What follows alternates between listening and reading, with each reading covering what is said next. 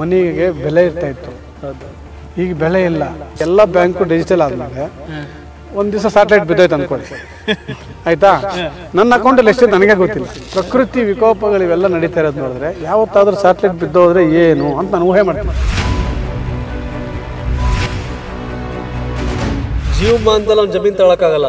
ಒಂದು ಪರಂಪರೆನ ಹಾಕಿರೋ ಜಮೀನು ಮಾರ್ಬಿಟ್ಟು ಸಮಾಧಿಗಳನ್ನ ತಗೊಂಡೋಗಿ ಎಲ್ಲೋ ಇನ್ನೊಂದು ದೂರದಲ್ಲಿ 5 ಲಕ್ಷಕ್ಕೆ ಜಮೀನು ತಗೊಂಡು ಸಮಾಧಿಗಳು ಸೆಟ್ ಮಾಡ್ತಾ ಇದ್ದಾರೆ ಸರ್. ಎಲ್ಲ ಕಂಪನಿಗಳು ಕೊಟ್ಬಿಟ್ಟಾರೆ ಜಮೀನುಗಳು ಊರವರೆಲ್ಲ. ಈ ಕಡೆ ಗೇಟಲ್ಲಿ ಅಪ್ಪ ವಾಚ್ಮ್ಯಾನ್, ಆ ಕಡೆ ಗೇಟಲ್ಲಿ ಮಗ ವಾಚ್ಮ್ಯಾನ್. ನಿಮ್ಗೆ ಆರೋಗ್ಯ ಹುಷಾರಿಲ್ಲ ಅಂತಂದಾಗ ಆರಂಭದಲ್ಲಿ ನೀವು ಮತ್ತೆ ಅಪ್ಪ ಅಮ್ಮಗೆ ಒಂದು ಪತ್ರ ಬರೀತೀರಿ. ಸೊಳ್ಳೆಗಳು ಕಚ್ಚಿ ಕಚ್ಚಿ ಕಚ್ಚಿ ಮಕ ಎಲ್ಲ ಊದ್ಕೊಂಡ್ಬಿಡೋದು, ಜ್ವರ ಬಂದ್ಬಿಟ್ಟು ಫುಲ್ ಸೀರಿಯಸ್ ಆಗುತ್ತೆ. ಹಳ್ಳಿ ಜೀವನ ಸಿಟಿ ಜೀವನ ಯಾವ್ದು ಬೆಸ್ಟ್? ಬೆಂಗಳೂರಲ್ಲಿದ್ದರೆ ಹಿಂಗೆ ಹೋಗ್ತಾ ಇರುತ್ತೆ ಆಸೆಗಳು, ಹಳ್ಳಿಯಲ್ಲಿದ್ದರೆ ಆಸೆ ಕಮ್ಮಿ ಇರುತ್ತೆ. ಸಿಟಿ ಜೀವನ ಇವತ್ತಲ್ಲ ನಾಳೆ ಅಲ್ಲ ನಾಳೆದ್ದಲ್ಲ, ಡೇಂಜರ್ ಡೇಂಜರ್ ಡೇಂಜರ್. 25 ವರ್ಷದ ಹಿಂದೆ ಹಿಂಗಿರ್ಲಿಲ್ಲ, ಮನೋರಂಜನೆ ಇವತ್ತು ಹಿಂಗಿದೆ. ಮುಂದಿನ 25 ವರ್ಷ ನೀವು ಉಪೇಂದ್ರ ಅವ್ರ ಬಗ್ಗೆ ಬಹಳ ಹೋಗ್ಲಿರ್ತೀರಿ, ಹೇಳ್ತಿರ್ತೀರಿ. ಮುಂದಿನ 25 ವರ್ಷ 2050 ಏನಾಗುತ್ತೆ? 2050 2050 ಏನಾಗುತ್ತೆ? ಸಿನಿಮಾನೇ ಇರಲ್ಲ, ಮೊಬೈಲ್ ಬಂದಾಯ್ತು. ಕರೆಕ್ಟ್ ಹೇಳ್ತಾ ಇರೋದು. 2050 ಸಿನಿಮಾನೇ ಇರಲ್ಲ. ಸಿನಿಮಾ ಇಂಡಸ್ಟ್ರಿ ಇರಲ್ಲ, ಸಿನಿಮಾನೇ ಇರಲ್ಲ. ಇನ್ನು 25 ವರ್ಷಕ್ಕೆ ಎಲ್ಲ ನಮ್ಮ ಹತ್ರನೇ ಸಿಕ್ಬಿಡುತ್ತೆ ಎಲ್ಲ. ಅಂದ್ರೆ ಇವ್ರು ಹೇಳ್ತಾ ಇರೋದು ಎಂಟರ್ಟೈನ್ಮೆಂಟ್ ಅನ್ನೋದು ಕೈಗೆ ಬರುತ್ತೆ ಅವಾಗ ಅಂತ ನಾವು ಹುಡ್ಕೊಂಡು ಹೋಗೋ ಅವಶ್ಯಕತೆ ಇರುತ್ತೆ. ಯಾವಾಗ್ಲೂ ಸಿನಿಮಾ ಸಿಗುತ್ತೆ, ಸಿನಿಮಾ ಇರುತ್ತೆ, ವ್ಯಾಲ್ಯೂ ಡಿಮ್ಯಾಂಡ್ ಬೇರೆ ತರ ಆಗಿರುತ್ತೆ, ಬೇರೆ ತರ ಆಗುತ್ತೆ. ಅವಾಗ ಏನಾಗುತ್ತೆ, ಇನ್ನು ಬೇರೆ ಏನೋ ಹೊಸದ್ ಬರುತ್ತೆ. ಈಗ ಮತ್ತೆ ಹೋದ್ರೆ ವಾಪಸ್ ಹೋಗ್ಬೇಕು, ಮತ್ತೆ ಥಿಯೇಟರ್ಸ್ ಮತ್ತೆ ಥಿಯೇಟರ್ ನಾಟಕ ವಾಪಸ್ ಹೋಗ್ಬೇಕು. ಆ ಜಮಾನ ಇಲ್ಲ ಈಗ. ಇಲ್ಲ. ಈಗ ಏನ್ ಗೊತ್ತಾ, ಇಲ್ಲಿ ತೆಗೆದಾಗ ಮೊಬೈಲ್ ಇರೋವರೆಗೂ ಈ ಸ್ಯಾಟಲೈಟ್ ಏನಾದ್ರು ಯಾವತ್ತಾದ್ರೂ ಒಂದ್ ದಿವಸ ಡಮಾರ್ ಅಂತ ಕೆಳಗಡೆ ಬಿದ್ದೋಗುತ್ತಲ್ಲ,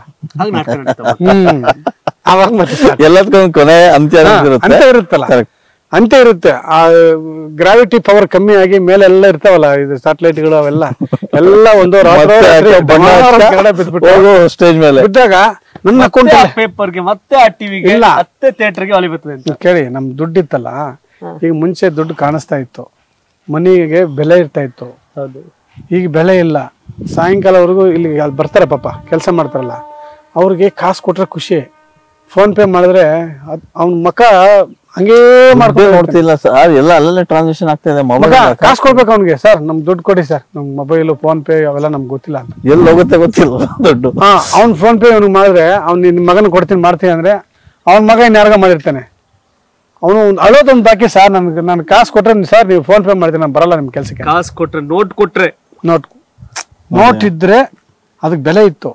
ಈಗೆಲ್ಲ ಟಿಂಗ್ ಟಿಂಗ್ ದುಡ್ಡೇ ಕಾಣಿಸ್ತಾ ಇಲ್ಲ. ನಿಮ್ಗೆ ಸಂಬಳ ಟಿಂಗ್ ಬರುತ್ತೆ.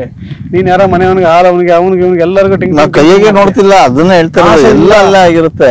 ನಮ್ಮ ಮನೆಯವ್ರು ಅದೇ ಬೈತಾರೆ, ಬ್ಯಾಂಕ್ ಥ್ರೂ ಬರುತ್ತೆ, ಆಸೆ ಕಾಣಿಸ್ತಾ ಇಲ್ಲ ನಮ್ಗೆ. ನಿಮ್ಗೆ ಯಾವ ಮೊಬೈಲ್ ಫೋನ್ ಬಂದು ಯಾವನು ಇವನು ಕಂಡಿಡಿದವ್ ನಂದು ಹೊಡಿಬೇಕು ಅವ್ನಿಗೆ ಅಂತಾರೆ.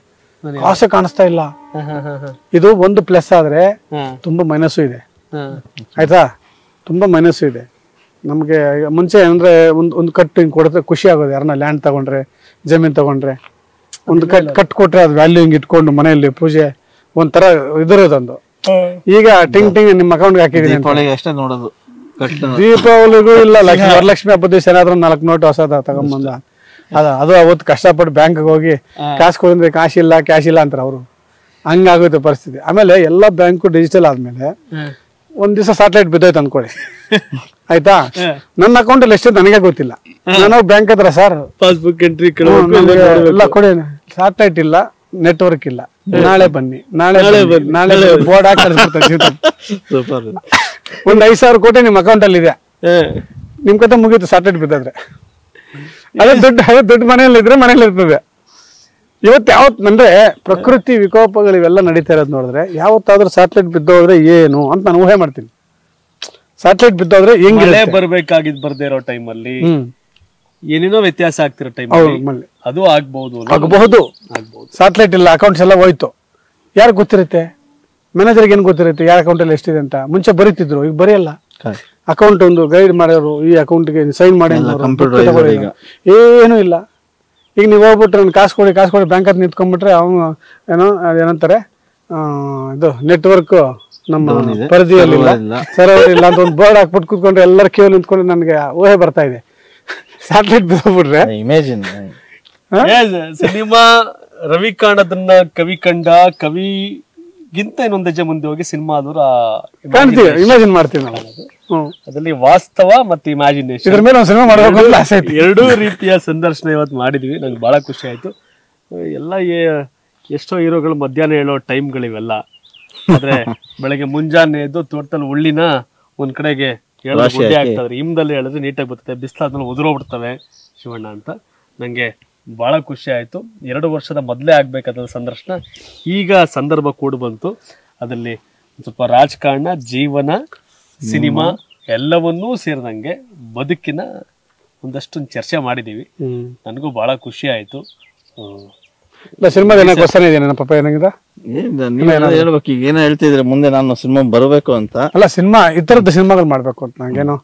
ಫ್ಯೂಚರ್ ಏನಾಗುತ್ತೆ, ಸ್ಯಾಟಲೈಟ್ ಇಂದ ಏನ್ ತೊಂದರೆ ಆಗುತ್ತೆ, ಟ್ರೆಂಡಿಗೆ ಈ ಫ್ಯೂಚರ್ ವ್ಯವಸಾಯ ಏನಾಗುತ್ತೆ, ನೆಕ್ಸ್ಟ್ ಫ್ಯೂಚರ್ಗೆ ವ್ಯವಸಾಯ ಯಾವ ತರ ಇರ್ತದೆ, ಎಲ್ಲ ಟೋಟ್ಲಿ ಮಿಷಿನರಿ, ಟೋಟ್ಲಿ ಇದು ಎಲ್ಲ ಇದು ರೈತ ಅನ್ನೋನು ಇರೋದಿಲ್ಲ, ಎಲ್ಲ ಮಾರ್ಕೊಂಡ್ಬಿಡ್ತೀವಿ. ಈಗ ಏನ್ ಗೊತ್ತಾ, ಯಾರೊಬ್ರು ಮೊನ್ನೆ ನನಗೆ ತುಂಬಾ ಬೇಜಾರೇನಂದ್ರೆ, ಒಬ್ಬ ಯಾರೋ ಮುಖ್ಯಮಂತ್ರಿ ಹೆಸರು ಹೇಳಬಾರ್ದು, ಯಾರು ಬೇಕಾದ್ರೆ ಜಮೀನ್ ತಗೋಬಹುದು, ಯಾವ ರಾಷ್ಟ್ರದವರು ಅಂತ ಹೇಳ್ಬಿಟ್ಟು ಒಂದು ಜೀವ ಮಾಡ್ಬಿಟ್ರು. ಬಂದ್ರು ಸರ್ ಆಂಧ್ರದಿಂದ 100 ಎಕರೆ 150 ಎಕರೆ ಕೊಡದೇ ಇರೋ ಬಡವರಿಗೆಲ್ಲ ಆಸೆ ಹುಟ್ಟಿಸಿ ಅವ್ರ ಹತ್ರ ಕಿತ್ಕೊಂಡು 1 ಎಕರೆ 2 ಎಕರೆ ಕಿತ್ಕೊಂಡು ಇದು ಕಿತ್ಕೊಂಡು ಎಲ್ಲ ಹಿಂಗಾಗೋಯ್ತು ಅಂದ್ರೆ ನನಗೆ ತುಂಬಾ ಬೇಜಾರ ಆ ಮುಖ್ಯಮಂತ್ರಿ ಮೇಲೆ. ನಾನು ಹೆಸರು ಹೇಳೋದಿಲ್ಲ. ಅದೊಂದು ತಪ್ಪಾಗಿದ್ದು, ನಮ್ಮ ರೈತರನ್ನ ಸರ್ವನಾಶ ಮಾಡಿದ್ರು. ರೈತರೆಲ್ಲ ಸರ್ವನಾಶ ಆಗ್ಬಿಟ್ರು. ಈಗ ಸರ್ ಬಡವ ಸರ್ ಅವನು, ನಿನ್ಗೆ 25 ಲಕ್ಷ ಇದೆ ಎಕರೆ, ನಿನ್ಗೆ 50 ಕೊಡ್ತೀನಿ ಅಂದ್ರೆ ನೀನ್ ಏನ್ ಮಾಡ್ತೀಯ? ಅಯ್ಯೋ 50 ಅಂತ ಬಿಟ್ಟು ನೀನು ಜೀವನದಲ್ಲಿ ನೋಡಿರಲ್ಲ 50 ಲಕ್ಷ ಕೊಟ್ಬಿಡ್ತೀಯ. ನಿನಗೆ ಸತ್ರೆ ಊಟಕ್ಕಿಲ್ಲ. ಜೀವಮಾನದಲ್ಲಿ ಅವ್ನು ಜಮೀನ್ ತಗೊಳಕ್ಕಾಗಲ್ಲ. ಆಗಲ್ಲ, ಮತ್ತೆ ತಗೊಳಕ್ಕಾಗಲ್ಲ ಸರ್. ಡೆಡ್ ಬಾಡಿಗಳು ನಾವೆಲ್ಲ ನೋಡಿದೀವಿ. ಡೆಡ್ ಬಾಡಿಗಳು ಅವ್ರ ತಂದೆ ತಾಯಿ ತಾತ ಅತ್ತ ಅವರು ಎಲ್ಲ ಒಂದು ಪರಂಪರೆನ ಹಾಕಿರೋ ಜಮೀನು ಮಾರ್ಬಿಟ್ಟು ಸಮಾಧಿಗಳು ತಗೊಂಡೋಗಿ ಎಲ್ಲೋ ಇನ್ನೊಂದು ದೂರದಲ್ಲಿ 5 ಲಕ್ಷಕ್ಕೆ ಜಮೀನು ತಗೊಂಡು ಸಮಾಧಿಗಳು ಶಿಫ್ಟ್ ಮಾಡ್ತಾ ಇದಾರೆ ಸರ್. ಏನು ಪರಿಸ್ಥಿತಿ ಬಂದ್ಬಿಡ್ತು, ಯಾಕೆ ಹಿಂಗಾಗೋಯ್ತು? ಇದೆಲ್ಲ ದುಡ್ಡಿನ ಆಸೆ, ಹಣದ ಆಸೆ.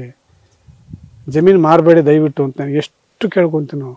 ಜಮೀನು ಮಾರಿದ್ರೆ ಸಿಗೋದಿಲ್ಲ, ನಿಮ್ಮ ಜೀವನಕ್ಕಾಗುತ್ತೆ. ನಾಳೆ ಏನೂ ಇಲ್ವಾ, ಸುಮ್ಮನೆ 4 ರಾಗಿ ಚೆಲ್ಕೊಂಡ್ರೆ ನಿಮ್ಮ ಜೀವನ ಆಗುತ್ತೆ, ಗಂಜಿ ಕುಡ್ಕೊಂಡು ಬದುಕೋಬೋದು. ಪ್ರಕೃತಿ ನಿಮ್ಗೆ ಕೊಡುತ್ತೆ. ಅದು ಯಾಕೆ ಆಸೆಗೆ ಹೋಗಿ ಎಲ್ಲ ಮಾರ್ಕೊತೀರಂತ.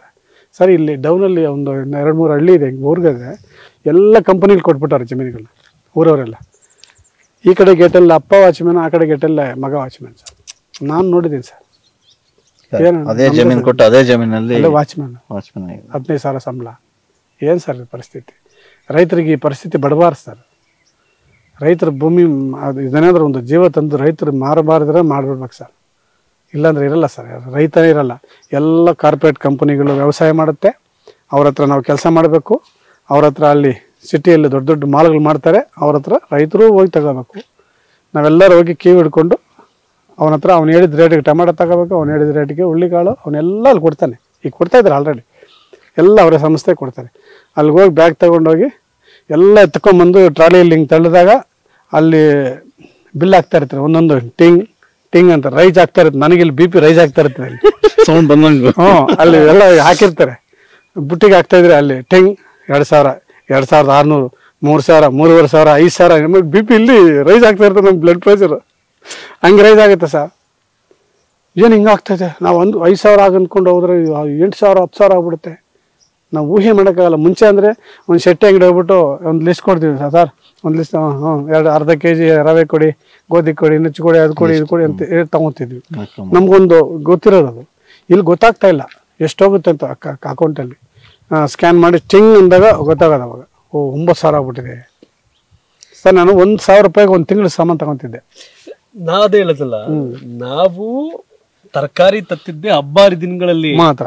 ಮನೆ ಹಿತ್ತಲ ಬೆಳಕೀರೆ ಸೊಪ್ಪು, ಹುಳ್ಳಿಕಾಳು, ತಗಣಿಕಾಳು ಏನಿದಲ್ಲ ಅದನ್ನೇ ಹಾಕೊಂಡ್ ಜೀವನ ಮಾಡಿದ್ದಂಗೆ. ಯಾವಾಗ್ಲೂ ಹಂಗೆ ಬರೀ ಕಾಳುಗಳೇ, ಒಣಗಿರೋ ಕಾಳುಗಳೇ ಜೀವನ. ಸಾಂಬಾರ್ ಪದಾರ್ಥ ಮನೇಲಿ ಮಾಡ್ಕತ್ತಿದ್ದು, ಧನ್ಯ ಇವೆಲ್ಲ ತಂದು ಅಲ್ವಾ. ಈಗ ಯಾರು ಸಾಂಬಾರ್ ಮನೆಯಿಂದ ತಂದಿದ್ದೇನು ಇರ್ಲಿಲ್ಲ, ಹಬ್ಬಗಳಿಗಷ್ಟೇ.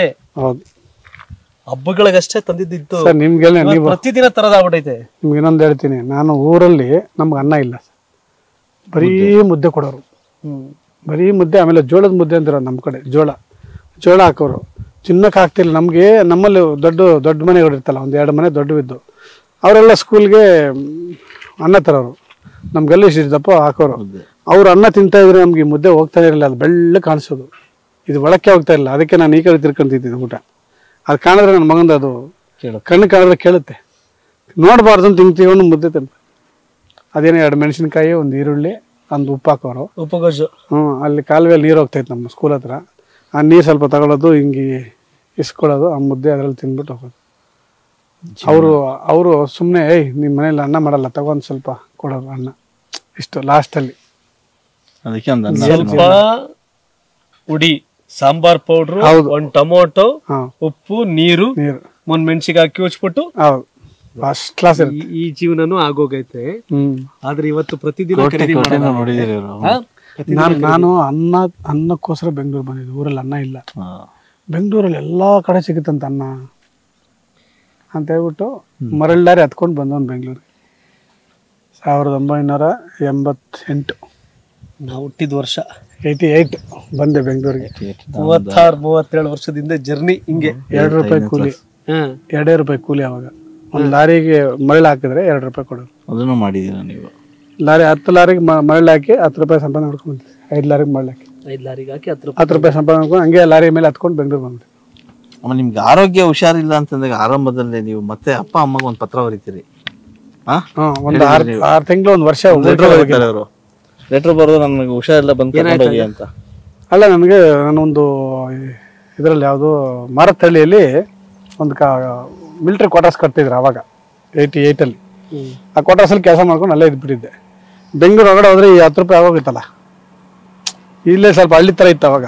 ಅಲ್ಲೇ ನಿಂತ್ಕೊಂಡು ಅಲ್ಲೇ ಕೆಲಸ ಮಾಡ್ಕೊಂಡು ಸಿಮೆಂಟ್ ಕೆಲಸ ಅಲ್ಲೇ ಇದ್ದೆ. ಜ್ವರ ಬಂದ್ಬಿಡ್ತಾ, ರಾತ್ರಿ ಎಲ್ಲ ಏನೂ ಇಲ್ಲ, ಅಲ್ಲಿ ಹೊಸ ಬಿಲ್ಡಿಂಗ್ ಕಟ್ಟೋದು, ಸೊಳ್ಳೆಗಳು ಕಚ್ಚಿ ಕಚ್ಚಿ ಕಚ್ಚಿ ಮಕ ಎಲ್ಲ ಊದ್ಕೊಂಡ್ಬಿಡೋದು. ಜ್ವರ ಬಂದ್ಬಿಟ್ಟು ಫುಲ್ ಸೀರಿಯಸ್ ಆಗೋಯ್ತು.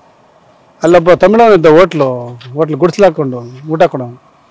ಅವನ ಕೈಯಲ್ಲಿ ಲೆಟ್ರ್ ಬರೆಸಿ ಊರಿಗೆ ಥರ ಫುಲ್ ಸೀರಿಯಸ್ ಆಗ್ಬಿಟ್ಟಿದೆ, ನಾನು ಏನಾದ್ರು ಸತ್ತಿದ್ದು ಹೋದ್ರು ಕರ್ಕೊಂಡು ಹೋಗಿ ಅಂದರೆ, ನಾನು ಲೆಟ್ರ್ ಬರೆದಿದ್ದು 15 ದಿವಸಕ್ಕೆ ಬಂದರು ಅವಾಗ. ಅದು ಭಾಳ ಹೇಳುವಾಗ 15 ದಿವಸ ನಾನು ಅಷ್ಟೊತ್ತು ಫುಲ್ ರೆಡಿ ಸ್ಟಡಿ ಆಗ್ಬಿಟ್ಟಿದ್ದೀನಿ. ಓ, ನನ್ನ ಸತ್ತೋದ್ರು ಬರಲ್ಲ ಬಿಡು ನಮ್ಮವರು. ಹಳ್ಳಿ ಜೀವನ, ಸಿಟಿ ಜೀವನ ಯಾವ್ದು ಬೆಸ್ಟ್? ಹಳ್ಳಿ ಜೀವನ ಅದ್ಭುತ. ಏನ್ ಹೇಳ್ತೀರಿ ಜನಗಳಿಗೆ? ಏನ್ ಹೇಳ್ತೀರಿ? ಇಲ್ಲ, ಯಾರನ್ನ ನಿಮ್ಮ ಸಿಟಿಯಲ್ಲಿರೋರ್ಗೆ ಹೇಳ್ತೀನಿ, ಸಿಟಿಲಿರೋರು ಯಾರು ಜಮೀನು ಮಾರ್ಕೋಬೇಡಿ. ಸಿಟಿ ಜೀವನ ಇವತ್ತಲ್ಲ, ನಾಳೆ ಅಲ್ಲ, ನಾಳೆದ್ದಲ್ಲ, ಡೇಂಜರ್ ಡೇಂಜರ್ ಡೇಂಜರ್. ಜೀವನ ಮಾಡೋಕ್ಕೆ ಸಿಟಿ ಬೇಕು. ಸ್ವಲ್ಪ ದಿವಸ ಸ್ವಲ್ಪ ದುಡ್ಡು ಮಾಡ್ಕೊಂಡು ವಾಪಸ್ ಬಂದ್ಬಿಡಿ.